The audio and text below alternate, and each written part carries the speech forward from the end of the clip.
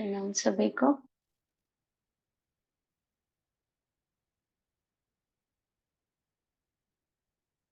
ओम भूर्भुवः स्वाहा तत्सवितुर्वरेण्यं भर्गो देवस्य धीमहि धियो यो नः प्रचोदयात्। ओम गुरुर्ब्रह्मा गुरुर्विष्णु गुरुरेव महेश्वरा गुरुरेव परब्रह्मा तस्मै श्री गुरुवे नमः। अखण्डमण्डलाकारं व्याप्तं येन चराचरं तत्पदं दर्शितं येन तस्मै श्रीगुर्वे नमः। मातृवत् लालित्रे च पितृवत् मार्गदर्शिका नमोऽस्तु ते गुरुसत्ताये श्रद्धा प्रज्ञायुता जया। ॐ श्रीगुर्वे नमः। आवाहयामि स्थापयामि ध्यायामि ततो नमस्कारं करोमि। प्रणाम सभी को। हम लोग श्री रामकृष्ण वचनामृत का स्वाध्याय शुरू करेंगे।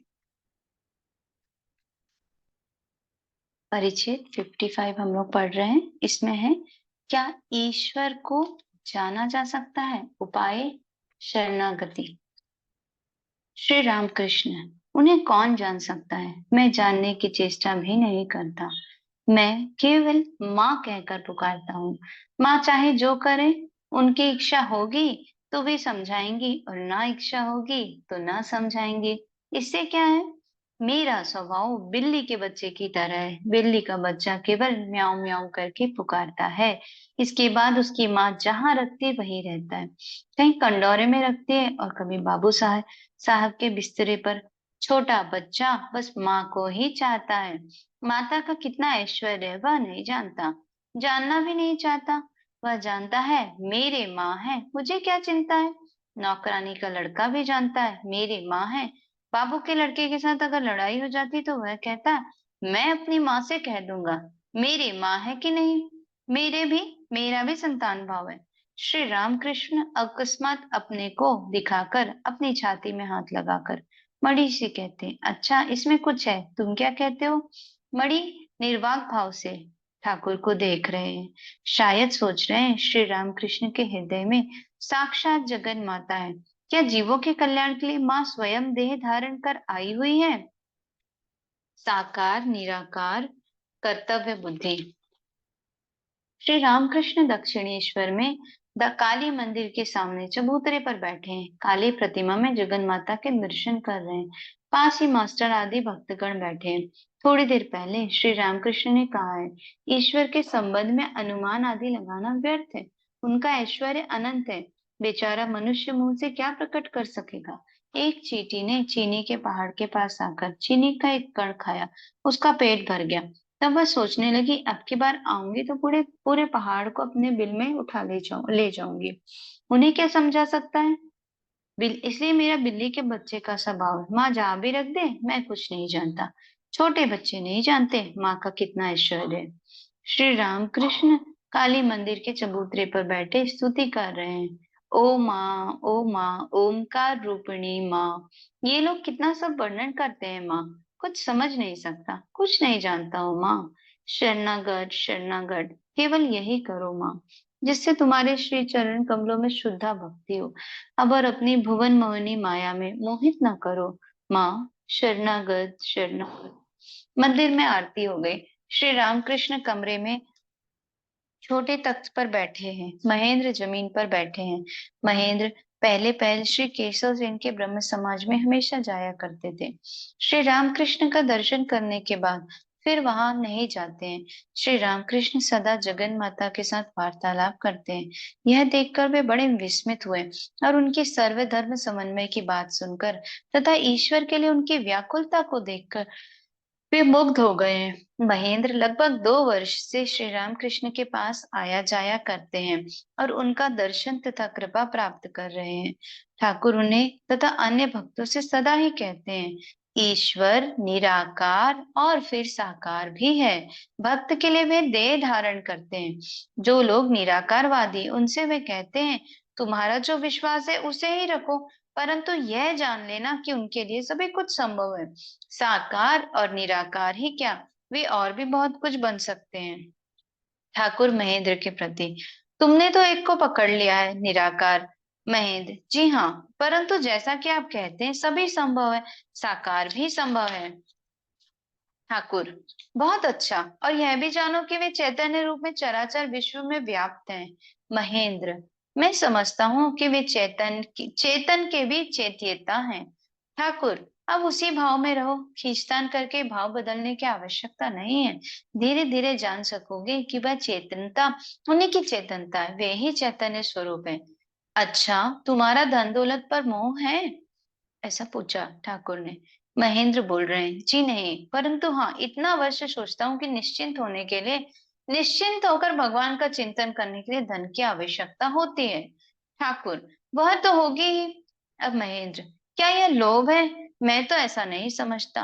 ठाकुर, हाँ ठीक है, नहीं तो तुम्हारे बच्चों को कौन देखेगा? यदि मैं तुम्हें अकर्ता हूँ यह ज्ञान हो जाए तो फिर तुम्हारे लड़कों का क्या होगा? यदि तुम्हें मैं अकर्ता हूं यह ज्ञान हो जाए तो फिर तुम्हारे लड़कों का क्या होगा? महेंद्र, सुना है कर्तव्य का बोध करते ज्ञान, बोध रहते ज्ञान नहीं होता। कर्तव्य मानो प्रखर सूर्य है। ठाकुर, अब उसी भाव में रहो। इसके बाद जब वह कर्तव्य बुद्धि स्वयं ही चली जाएगी तब फिर दूसरी बात है। सभी थोड़ी देर चुप रहे। महेंद्र, केवल थोड़ा ही ज्ञान लाभ होने से तो संसार और भी कष्टप्रद है। यह तो ऐसा होता है मानो होश सहित मृत्यु, जैसे हैजा। ठाकुर, राम राम। संभवतः इस कथन से महेंद्र का तात्पर्य यह है कि मृत्यु के समय होश रहने पर अत्यधिक यंत्रणा का अनुभव होता है, जैसे हैजे में होता है। थोड़े ज्ञान वाले का सांसारिक जीवन बड़ा दुखमय होता है, क्योंकि वह यह समझ गया है कि संसार भ्रमात्मक है। अविद्या का संसार मानो दावाग्नि के सदृश है, संभव है। इसीलिए श्री राम कृष्ण राम राम कह रहे हैं। महेंद्र, और दूसरी श्रेणी के लोग जो पूर्ण अज्ञानी हैं, वे मानो मियादी बुखार से पीड़ित हैं। वे मृत्यु के समय बेहोश हो जाते हैं और इससे उन्हें मृत्यु की यंत्रणा का अनुभव नहीं होता। ठाकुर, देखो ना, धन रहने से भी क्या, जय गोपाल सेन कितने धनी हैं, परंतु हैं दुखी। लड़के उन्हें उतना नहीं मानते। महेंद्र, संसार में क्या केवल निर्धनता ही दुख है? इसके अतिरिक्त क्षय ऋपु भी हैं, और फिर उनके ऊपर रोग शोक। ठाकुर, फिर मान मर्यादा, लोकमान्य बनने की इच्छा। अच्छा, मेरा क्या भाव है? महेंद्र, नींद खुल जाने पर मनुष्य का जो भाव होता है वही, उसे स्वयं का होश आ जाता है, ईश्वर के साथ सदा योग है। ठाकुर, तुम मुझे स्वप्न में देखते हो? महेंद्र, हाँ, कई बार। ठाकुर, कैसा, कुछ उपदेश देते देखते हो? महेंद्र चुप रह गए। ठाकुर, जब जब मैं तुम्हें शिक्षा देता दिखाई दूं तो यही समझो कि स्वयं सच्चिदानंद ही यह कार्य कर रहे हैं। इसके बाद महेंद्र ने स्वप्न में जो कुछ देखा था सभी कह सुनाया। ठाकुर ने मन लगाकर सभी सुना। ठाकुर महेंद्र से, यह सब बहुत अच्छा है, तुम और तर्क विचार न लाओ, तुम लोग शाक्त हो। परिच्छेद 56। अधर के मकान पर दुर्गा पूजा महोत्सव में जगन माता के साथ वार्तालाप। श्री अधर के मकान पर नवमी पूजा के दिन दालान में ठाकुर खड़े हैं। संध्या के बाद श्री दुर्गा माई की आरती देख रहे हैं। अधर के घर पर दुर्गा पूजा का महोत्सव है, इसलिए वे ठाकुर को निमंत्रित करके लाए हैं। आज बुधवार है, 10 अक्टूबर 1883 ईस्वी। श्री रामकृष्ण भक्तों के साथ पधारे हैं।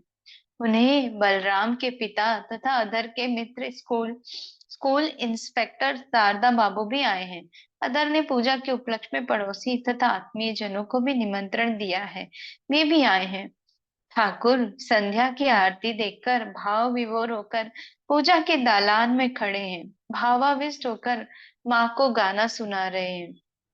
अदर ग्रही भक्त है और भी अनेक ग्रही भक्त उपस्थित है। वे सब त्रितापों से तापित हैं।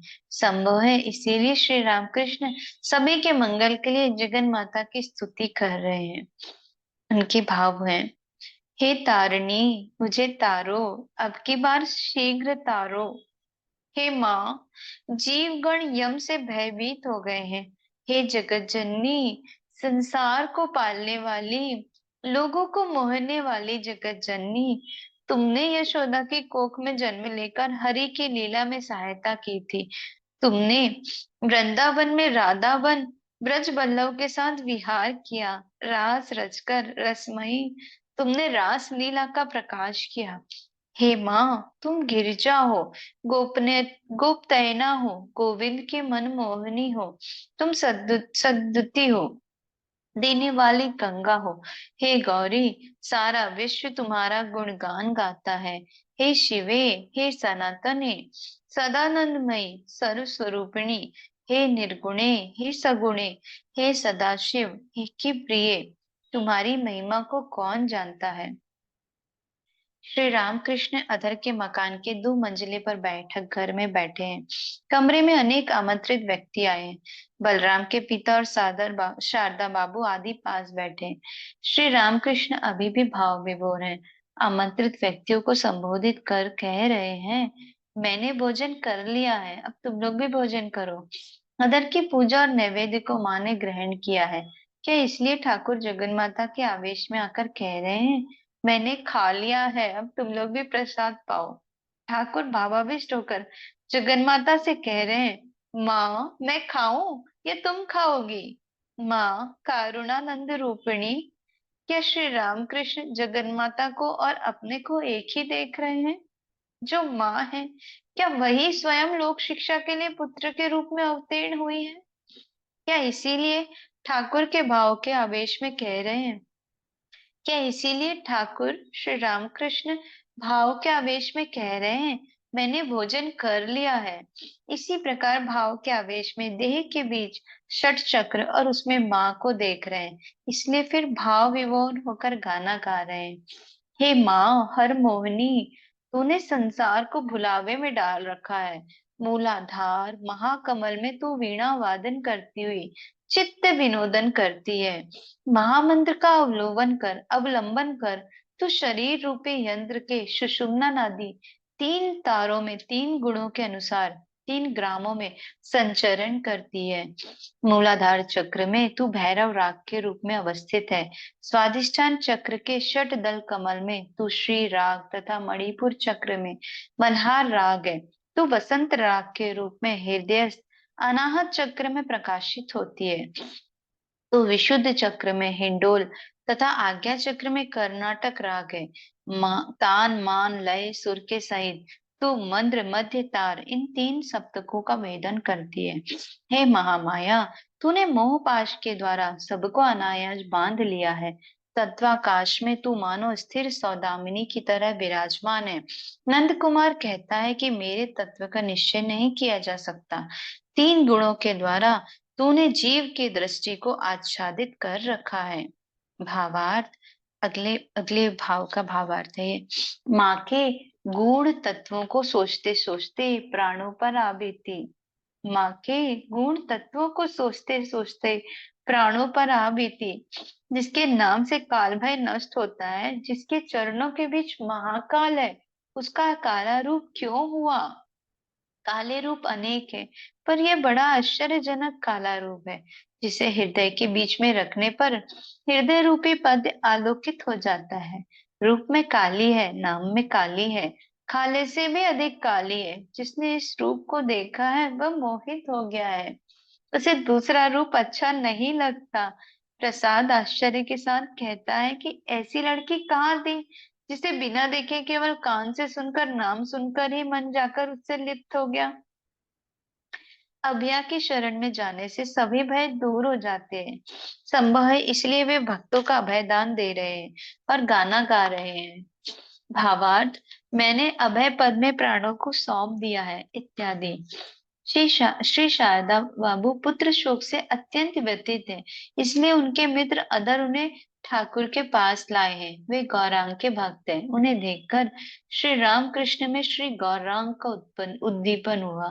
श्री रामकृष्ण गा रहे हैं, मेरे अंग क्यों गौर हुआ इत्यादि। अब श्री गौरांग के भाव में अविष्ट हो गाना गा रहे हैं, कह रहे हैं, शारदा बाबू ये गाना बहुत चाहते हैं। भाव निधि गौरांग का भाव होगा नहीं तो क्या।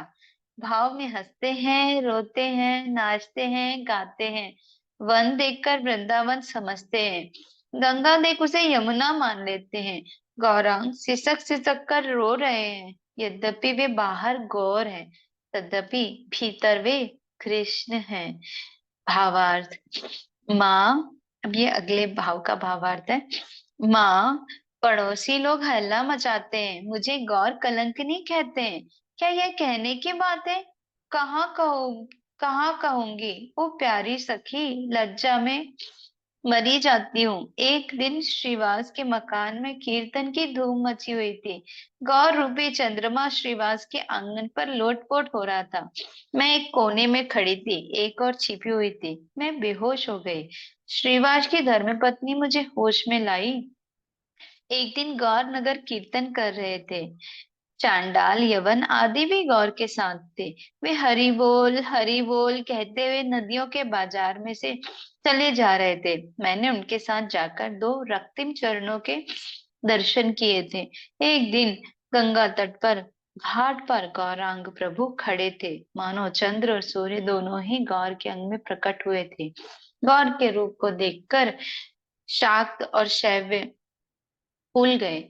एकाएक मेरा घड़ा गिर पड़ा। दुष्ट नंदिया ने देख लिया था। बलराम के पिता वैष्णव हैं, संभव है इसीलिए अब श्री रामकृष्ण गोपियों के दिव्य प्रेम का गाना गा रहे हैं। भावार्थ है। सखी, श्याम को पा ना सकी तो फिर किस सुख से घर पर रहूं। यदि श्याम मेरे सिर के केस होते तो हे सखी, मैं उसमें बकुल फूल पिरोकर यत्न के साथ बेड़ी बांध लेती। श्याम यदि मेरे हाथ के कंगन होते तो सदा बाहों में लगे रहते। सखी, मैं कंगन हिलाकर बाह हिलाकर चली जाती। हे सखी, मैं श्याम रूपी कंगन को हाथ में पहनकर सड़कों पर से चली जाती। जिस समय श्याम अपनी बांसुरी बजाता है तो मैं यमुना में जल देने आती हूँ। मैं भटकी हुई हरिणी की तरह इधर उधर ताकती रहती हूँ। सर्वधर्म समन्वय और श्री राम कृष्ण, ये जितने भावार्थ है ये अः सखी भाव में इसलिए है क्योंकि ये गौरांग जो है, इनका अवतार जो हुआ था उसमें कृष्ण शरीर रूप में कृष्ण के अवतार में थे और हृदय उनका माँ राधा का था। तो वो कृष्ण जी का ही नाम लेते थे। और ठाकुर यहाँ पर गौरांग के भाव में अविष्ट हुए हुए हैं, इसलिए ये भाव उनके हैं अभी। सर्वधर्म समन्वय और श्री रामकृष्ण। बलराम के पिता की उड़ीसा प्रांत में भद्रक आदि कई स्थानों में जमींदारी है। और फिर वृंदावन, पुरी, भद्रक आदि अनेक स्थानों में उनकी देव सेवा और अतिथिशालाएं भी हैं। वे वृद्धावस्था में श्री वृंदावन में भगवान श्याम सुंदर के कुंज में उनकी सेवा में लगे रहते थे। बलराम के पिताजी पुराने मत के वैष्णव हैं। उनके वैष्णव भक्त शाक्त, शैव और वेदांतवादियों के साथ सहानुभूति नहीं रखते थे। कोई कोई उनमें द्वेष भी करते हैं, परंतु श्री रामकृष्ण इस प्रकार की संकीर्णता पसंद नहीं करते। उनका कहना है कि व्याकुलता रहने पर सभी पथों तथा सभी मतों से ईश्वर को प्राप्त किया जा सकता है। अनेक वैष्णव भक्त बाहर से तो जप जाप पूजा पाठ आदि करते हैं, परंतु भगवान को प्राप्त करने के लिए उनमें व्याकुलता नहीं है। संभव है इसीलिए श्री रामकृष्ण बलराम के पिताजी को उपदेश दे रहे हैं। ठाकुर मास्टर के प्रति। मास्टर से बोल रहे हैं, सोचा क्यों एकांकी बनूं। मैंने भी वृंदावन में वैष्णव बैरागी का भेष धारण ग्रहण किया था। उस भाव में 3 दिन रहा। फिर दक्षिणेश्वर में राम मंत्र लिया था। लंबा तिलक, गले में कंठी। फिर थोड़े दिनों के बाद हाँ सब कुछ के बाल तो हटा दिया।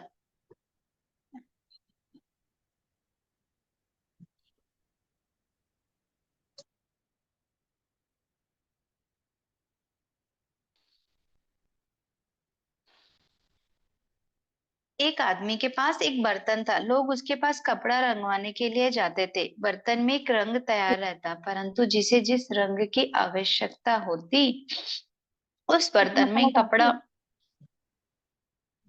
उस बर्तन में कपड़ा डुबाने से वह उसी रंग का हो जाता। यह देखकर एक व्यक्ति विस्मित होकर रंग वाले से कहता है कि तुम स्वयं जिस रंग से रंगे हो वही रंग मुझे दो। क्या इस उदाहरण द्वारा श्री रामकृष्ण यही कह रहे हैं कि सभी धर्मों के लोग उनके पास आएंगे और आत्मज्ञान प्राप्त करेंगे? ठाकुर फिर कह रहे हैं, एक वृक्ष पर। शोभना दीदी, आपका ना म्यूट हो रहा है, अनम्यूट हो रहा है बार बार, तो म्यूट कर लीजिए। हाँ, अच्छा, को क्या करते? एक वृक्ष पर एक गिरगिट था। एक व्यक्ति ने देखा हरा, दूसरे ने देखा काला और तीसरे ने पीला। हाँ, इस प्रकार अलग अलग व्यक्ति अलग अलग रंग देख गए। बाद में वे आपस में विवाद कर रहे हैं। एक कहता है वह जंतु हरे रंग का है, दूसरा कहता है नहीं लाल रंग का है, कोई कहता है पीला, और इस प्रकार आपस में सब झगड़ रहे हैं। उस समय वृक्ष के नीचे एक व्यक्ति बैठा था। सब मिलकर उसके पास गए। उन्होंने कहा, मैं इस वृक्ष के नीचे रात दिन रहता हूँ, मैं जानता हूँ यह बहुरूपिया है, क्षण क्षण में रंग बदलता है, फिर कभी कभी इसके कोई रंग नहीं रहता। क्या ठाकुर यही कह रहे हैं कि ईश्वर सगुण है, भिन्न भिन्न रूप धारण करता है, और फिर निर्गुण है, कोई रूप नहीं, वाक्य मन से परे है, और वे स्वयं भक्ति योग, ज्ञान योग आदि सभी पथों से ईश्वर के माधुर्य का रस पीते हैं? ठाकुर बलराम के पिता के प्रति उनसे बोल रहे हैं, और अधिक पुस्तकें न पढ़ो, परंतु भक्ति शास्त्र का अध्ययन करो, जैसे चैतन्य चरितामृत, राधा कृष्ण लीला का अर्थ, रस और रसिक। असल बात यह है कि उनसे प्रेम करना चाहिए, उनके माधुर्य का आस्वादन करना चाहिए। वे रस है और भक्त रसिक। भक्त उस रस का पान करते हैं, वे पद्य हैं और भक्त भौरा। भक्त पद का मधु पीता है। भक्त जिस प्रकार भगवान के बिना नहीं रह सकता, भगवान भी भक्त के बिना नहीं रह सकते। उस समय भक्त रस बन जाता है और भगवान बनते हैं रसिक। भक्त बनता है पद्य और भगवान बनते हैं भौरा। वे अपने माधुर्य का आश्वासन आस्वादन करने के लिए दो बने हैं, इसीलिए राधा कृष्ण लीला हुई। तीर्थ, गले में माला, नियम, ये सब पहले पहल करने पड़ते हैं। वस्तु की प्राप्ति हो जाने पर, भगवान का दर्शन हो जाने पर, बाहर का आडंबर धीरे धीरे कम होता जाता है। उस समय उनका नाम लेकर रहना और स्मरण मनन करना। 16 रुपयों के पैसे अनेक होते हैं, परंतु जब 16 रुपए इकट्ठे किए जाते हैं तो उतने अधिक नहीं दिखते। फिर उनके बदले जब गिन्नी बनाई तो कितना कम हो गया।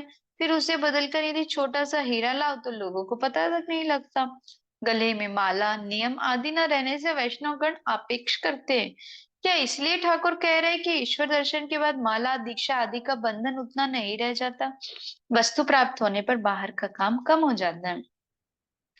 ठाकुर बलराम के पिता के प्रति कर्ता भजा संप्रदाय वाले कहते हैं कि भक्त चार प्रकार के होते हैं: प्रवर्तक, साधक, सिद्ध और सिद्ध का सिद्ध। प्रवर्तक तिलक लगाते हैं, गले में माला धारण करते हैं और नियम पालन करते हैं। साधक, इनका उतना बाहर का आडंबर नहीं रहता, उदाहरण बाउल। सिद्ध, जिसका स्थिर विश्वास है कि ईश्वर है। सिद्ध के सिद्ध, जैसे चैतन्य देव, उन्होंने ईश्वर का दर्शन किया है और सदा उनसे वार्तालाप करते हैं। सिद्ध के सिद्ध को ही वे लोग साईं कहते हैं। साईं के बाद और कुछ नहीं रह जाता। साधक भिन्न विभिन्न प्रकार के होते हैं। सात्विक साधना गुप्त रूप से होती है। इस प्रकार का साधन भजन को छिपाता है। देखने से वह साधारण लोगों की तरह जान पड़ता है। मच्छरदानी के भीतर बैठा ध्यान करता है। राजसिक साधक जो है, बाहर का आडंबर रखता है, गले में जपमाला, बेश, गेरुआ वस्त्र, रेशमी वस्त्र, सोने के दाने वाली जपमाला, मानो शाइन बोर्ड लगाकर बैठना। वैष्णव भक्त के वेदांत मत पर अथवा शाक्त मत पर उतनी श्रद्धा नहीं है। श्री रामकृष्ण बलराम के पिता को उस प्रकार के संकीर्ण भाव को त्यागने का उपदेश कर रहे हैं। ठाकुर बलराम के पिता आदि के प्रति जो भी धर्म हो, जो भी मत हो, सभी उसी एक ईश्वर की पुकार रहे हैं। इसलिए किसी धर्म अथवा मत के प्रति अश्रद्धा या घृणा नहीं करनी चाहिए। वेद उन्हें ही कह रहे हैं। सच्चिदानंद ब्रह्म, भगवत भागवत आदि पुराण उन्हें ही कह रहे हैं। सच्चिदानंद कृष्ण और तंत्र कह रहे हैं सच्चिदानंद शिव। वही एक सच्चिदानंद है। वैष्णवों के अनेक संप्रदाय हैं। वेद जिन्हें ब्रह्म कहते हैं, वैष्णवों का एक दल जिन्हें अलख निरंजन कहता है। अलख अर्थात जिन्हें लक्ष्य नहीं किया जा सकता, इंद्रियों द्वारा देखा नहीं जा सकता। वे कहते हैं राधा व कृष्ण अलग के दो बुलबुले हैं। वेदांत मत में अवतार नहीं है। वेदांतवादी कहते हैं राम कृष्ण ये सच्चिदानंद रूपी समुद्र की दो लहरें हैं। एक के अतिरिक्त दो तो नहीं। चाहे जिस नाम से कोई ईश्वर को पुकारे, यदि वह पुकार हार्दिक हो तो वह उसके पास अवश्य ही पहुंचेगी। व्याकुलता रहनी चाहिए। श्री रामकृष्ण भाव में विभोर होकर भक्तों श्री रामकृष्ण भाव में विभोर होकर भक्तों से ये सब बातें कह रहे हैं। अब प्रकृतिस्थ हुए और कह रहे हैं तुम बलराम के पिता हो। सभी थोड़ी देर चुपचाप बैठे। बलराम के वृद्ध पिता चुपचाप हरि नाम की माला जप रहे हैं। ठाकुर मास्टर के प्रति, अच्छा, ये लोग इतना जप करते हैं, इतना तीर्थ करते हैं, फिर भी इनकी प्रगति क्यों नहीं होती? मानो अपने 18 मास का इनका एक वर्ष होता है। हरीश से कहा, यदि व्याकुलता ना रहे तो फिर वाराणसी जाने की क्या आवश्यकता? व्याकुलता रहने पर यहीं पर वाराणसी है। इतना तीर्थ, इतना जप करते, फिर भी कुछ क्यों नहीं होता? व्याकुलता नहीं है। व्याकुल होकर उन्हें पुकारने पर वे दर्शन देते हैं। नाटक के प्रारंभ में रंगभूमि पर बड़ी गड़बड़ी मची रहती है। उस समय श्री कृष्ण का दर्शन नहीं होता। इसके बाद नारद ऋषि जिस समय व्याकुल होकर वृंदावन में आकर वीणा बजाते हुए पुकारते हैं और कहते हैं प्राण हे गोविंद मम जीवन, उस समय कृष्ण और ठहर नहीं सकते, गोपालों के साथ सामने आ जाते हैं। परिच्छेद 57। दक्षिणेश्वर में कार्तिकी पूर्णिमा। श्री रामकृष्ण की अद्भुत स्थिति। नित्य लीला योग। आज मंगलवार 16 अक्टूबर।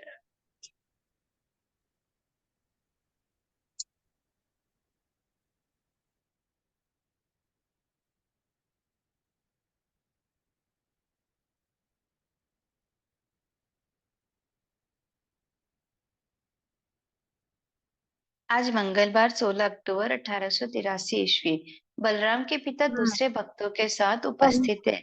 बलराम के पिता परम वैष्णव हैं।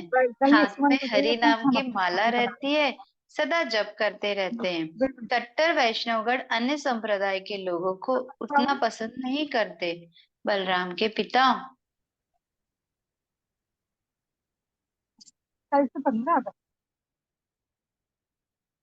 बलराम के पिता परम वैष्णव हैं। हाथ में हरि नाम की माला रहती है, सदा जप करते रहते हैं।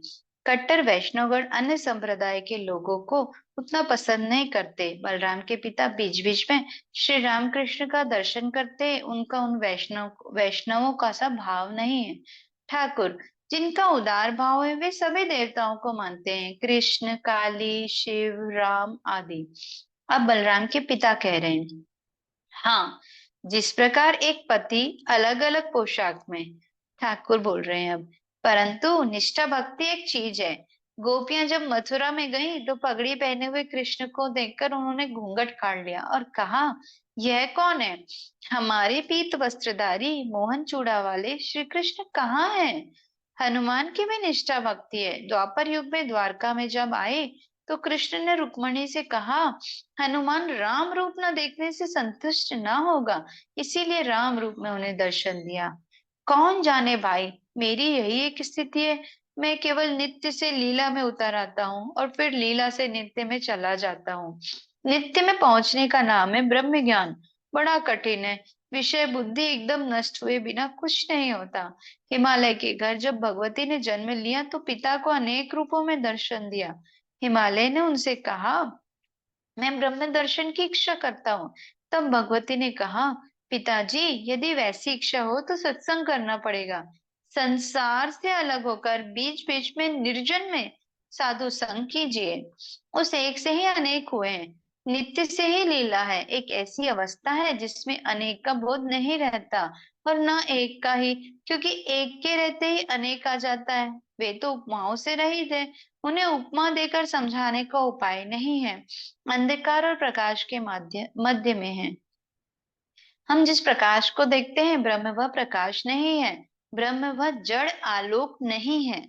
फिर जब वे मेरे मन की अवस्था को बदल देते हैं, जिस समय लीला में मन को उतार लेते हैं, तब देखता हूँ ईश्वर, माया, जीव जगत वे सब कुछ बने हुए हैं। ईश्वर ही करता है।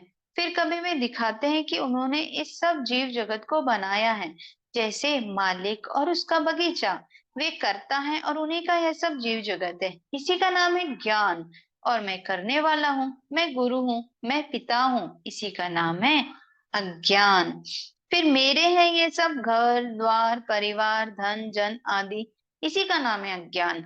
बलराम के पिता: जी हाँ। अब वो बोलते जी हाँ। अब ठाकुर फिर से बोलते, जब तक यह बुद्धि नहीं होती कि ईश्वर तुम ही करता हो, तब तक बारंबार लौटकर आना ही होगा, बारंबार जन्म लेना पड़ेगा। फिर जब ये ज्ञान हो जाएगा कि तुम ही करता हो, तब जन्म नहीं होगा। जब तक तू ही ना करोगे, तब तक छुटकारा नहीं। आना जाना पुनर्जन्म होगा ही, मुक्ति ना होगी। और मेरा मेरा कहने से भी क्या होगा?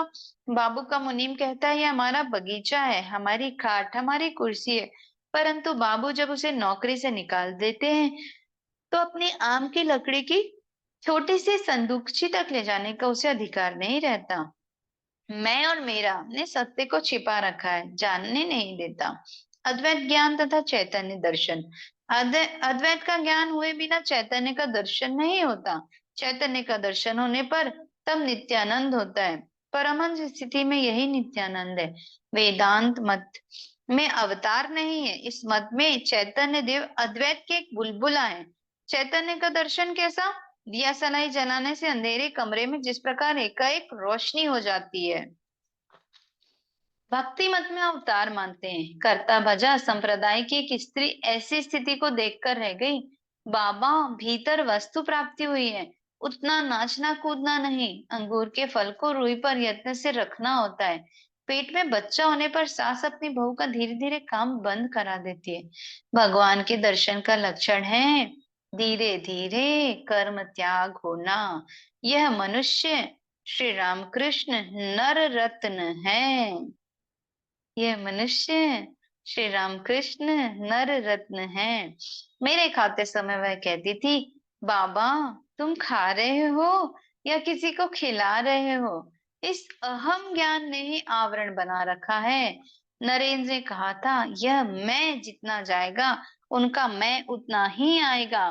केदार कहता है, घड़े के भीतर जितनी ही अधिक मिट्टी रहेगी, अंदर उतना ही जल कम रहेगा।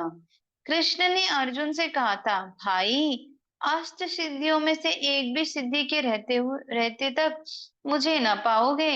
इसमें थोड़ी सी शक्ति अवश्य मिल जाती है, पर बस केवल इतना ही।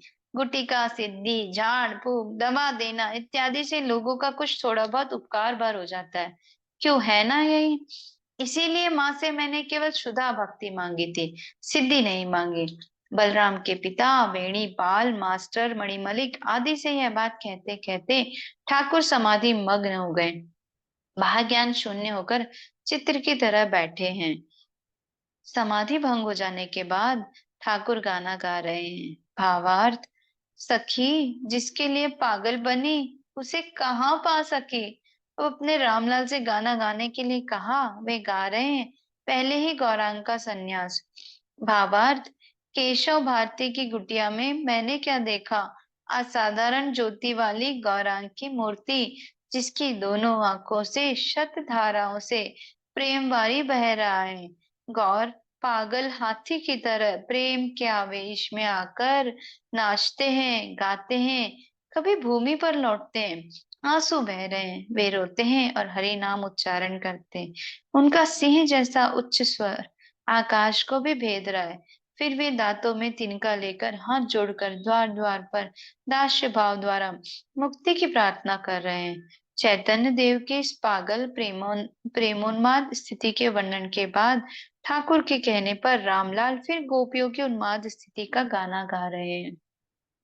भावार्थ, रथ चक्र को ना पकड़ो, ना पकड़ो, क्या रथ चक्र से चलता है?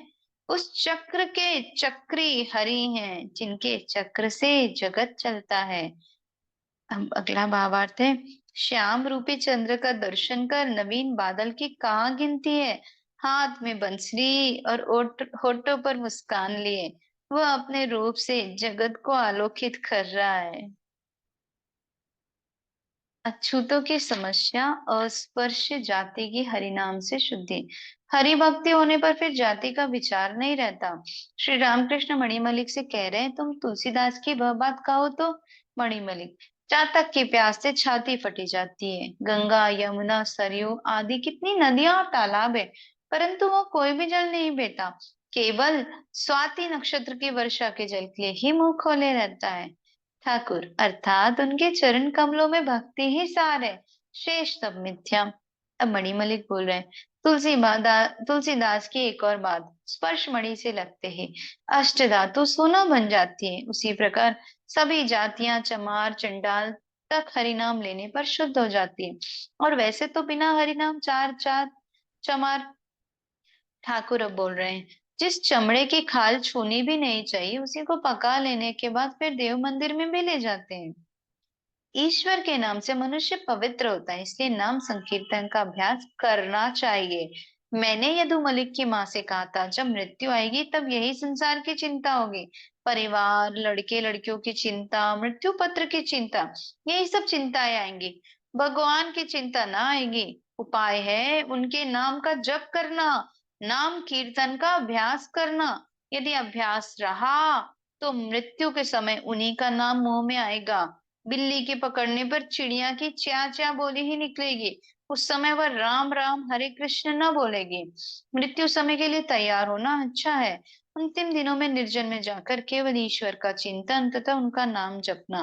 हाथी को नहलाकर यदि हाथी खाने में ले जाया जाए तो फिर वह अपनी देह में मिट्टी कीचड़ नहीं लगा सकता। बलराम के पिता मणिमलिक, पेड़ीपाल ये सब वृद्ध हो गए, क्या इसलिए श्री राम कृष्ण उनके कल्याण के लिए ये सब उपदेश दे रहे हैं? श्री रामकृष्ण फिर भक्तों को संबोधित करके बातचीत कर रहे हैं। अब ठाकुर बोलते हैं, एकांत में उनका चिंतन और नाम स्मरण करने के लिए क्यों कहता हूँ। संसार में रात दिन रहने पर अशांति होती है। देखो ना, एक गज जमीन के लिए भाई भाई में मारकाट होती है। सिखों का कहना है कि जमीन, स्त्री और धन, इन्हीं तीनों के लिए इतनी गड़बड़ तथा अशांति होती है। तुम लोग संसार में हो तो इसमें भय क्या है। राम ने जब संसार छोड़ने की बात कही तो दशरथ चिंतित होकर वशिष्ठ की शरण में गए। वशिष्ठ ने राम से कहा, राम तुम क्यों संसार को छोड़ोगे, मेरे साथ विचार करो, क्या संसार ईश्वर से अलग है? क्या छोड़ोगे और क्या ग्रहण करोगे? इनके अतिरिक्त और कुछ नहीं है। वे ईश्वर, माया, जीव जगत सभी रूप में प्रकट हो रहे हैं। बलराम के पिता बोल रहे हैं, बड़ा कठिन है लेकिन ये तो। ठाकुर, साधना के समय यह संसार धोखे की टट्टी है, फिर ज्ञान प्राप्त करने के बाद, उनके दर्शन के बाद यही संसार आनंद की कुटिया है। यही संसार आनंद की कुटिया है। अवतार पुरुष में ईश्वर का दर्शन, अवतार चैतन्य देव। वैष्णव ग्रंथ में कहा है, विश्वास से कृष्ण मिलते हैं, वे तर्क से बहुत दूर है, केवल विश्वास। कृष्ण किशोर का क्या ही विश्वास है। वृंदावन में कुएं से एक नीच जाति के पुरुष ने जल निकाला। कृष्ण किशोर ने उससे कहा, तू बोल शिव। उसके शिव नाम लेते ही उसने जल पी लिया। वह कहता था, ईश्वर का नाम लिया फिर भी धन आदि खर्च करके प्रायश्चित करना होगा। कैसी विडंबना है। कृष्ण किशोर यह देखकर आश्चर्यचकित हो गए कि लोग अपने शारीरिक रोगों से छुटकारा पाने के लिए भगवान को तुलसी दल चढ़ा रहे हैं। साधु दर्शन की बात पर हलदारी ने कहा था, और क्या देखने जाऊं, पंचभूतों का पिंजरा। कृष्ण किशोर ने क्रुद्ध होकर कहा, ऐसी बात हलदारी ने कही है? क्या वह ये नहीं जानता कि साधुओं की देह चिन्मय होती है? काली बाड़ी के घाट पर हमसे कहा था, तुम लोग आशीर्वाद दो कि राम राम कहते मेरे दिन कट जाएं। मैं कृष्ण किशोर के मकान पर जब जाता था तो मुझे देखते ही वह नाचने लगता था। श्री रामचंद्र जी ने लक्ष्मण से कहा था, भाई जहां पर ऊर्जित भक्ति देखोगे, जानो कि वहीं पर मैं हूँ। जैसे चैतन्य देव प्रेम से हंसते हैं, रोते हैं, नाचते हैं, गाते हैं, चैतन्य देव अवतार है, उनके रूप में ईश्वर अवतीर्ण हुए हैं। रामकृष्ण गाना गा रहे हैं। भाव निधि श्री श्री गौरांग का भाव तो होगा ही रे। वे भाव विभोर होकर हंसते हैं, रोते हैं, नाचते हैं, गाते हैं, सिसक सिसक कर रोते हैं। एक लास्ट का पैराग्राफ है, वो पढ़ लेते हैं। चित्त शुद्धि के बाद ईश्वर दर्शन। बलराम के पिता मणिमलिक वेणीपाल आदि विदा ले रहे हैं। सायंकाल के बाद कंसारी पाड़ा की हरि सभा के भक्तगण आए हैं। उनके साथ श्री रामकृष्ण मतवाले हाथी की तरह नृत्य कर रहे हैं। नृत्य के बाद भाव विभोर होकर कह रहे हैं, मैं कुछ दूर अपने आप ही जाऊंगा। किशोरी भावावस्था में चरण सेवा करने जा रहे हैं। श्री रामकृष्ण ने किसी को छूने नहीं दिया। संध्या के बाद ईशान आए हैं। श्री रामकृष्ण बैठे हैं भाव विभोर। थोड़ी देर बाद ईशान के साथ बात कर रहे हैं। ईशान की इच्छा है गायत्री का पुरस्चरण करेंगे। श्री रामकृष्ण ईशान के प्रति, तुम्हारे मन में जो है वैसा ही करो, मन में और संदेह तो नहीं रहा। ईशान, मैंने एक प्रकार प्रायश्चित की तरह संकल्प लिया था। ठाकुर, इस पथ में तंत्र मार्ग मार्ग में मतलब क्या यह नहीं होता, जो ब्रह्म है वही शक्ति काली है, काली ही ब्रह्म है, यह मर्म जानकर मैंने धर्माधर्म सब छोड़ दिया है। ईशान, चंडी स्त्रोत में है, ब्रह्म ही आद्य शक्ति है, ब्रह्म और भक्त शक्ति अभिन्न है। ठाकुर अब बोल रहे हैं, यह मुंह से कहने से ही नहीं होगा, जब धारणा होगी तब ठीक होगा। साधना के बाद चित्त शुद्धि होने पर यथार्थ ज्ञान होगा कि वे ही करता है, वे ही मन प्राण बुद्धि रूप है। मैं केवल यंत्र रूप हूँ। तुम कीचड़ में हाथी को फंसा देते हो, लंगड़ी से पहाड़ लंगवाते हो। चित्त शुद्धि होने पर समझ में आएगा, पुरुषरण आदि कर्म वे ही करवाते हैं, उनका काम वे ही करते हैं। लोग कहते हैं मैं करता हूँ, उनके दर्शन होने पर सभी संदेह मिट जाते हैं। उस समय अनुकूल हवा बहती है। अनुकूल हवा बहने पर जिस प्रकार नाव का माझी पाल उठाकर पतवार पकड़कर बैठा रहता है और तंबाकू पीता है, उसी प्रकार भक्त निश्चिंत हो जाता है। ईशान के चले जाने पर श्री रामकृष्ण मास्टर के साथ एकांत में बात कर रहे हैं।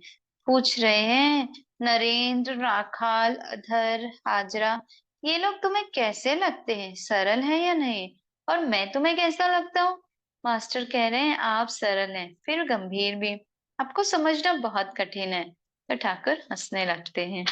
प्रणाम सभी को। इसके आगे का कल पढ़ते हैं। शांति पाठ करते हैं। ओम असतो मा सद्गमय तमसो मा ज्योतिर्गमय मृत्युर्मा अमृतं गमय। ओम शांति शांति शांति। सर्वारिष्ट शांतिर्भवतु। प्रणाम।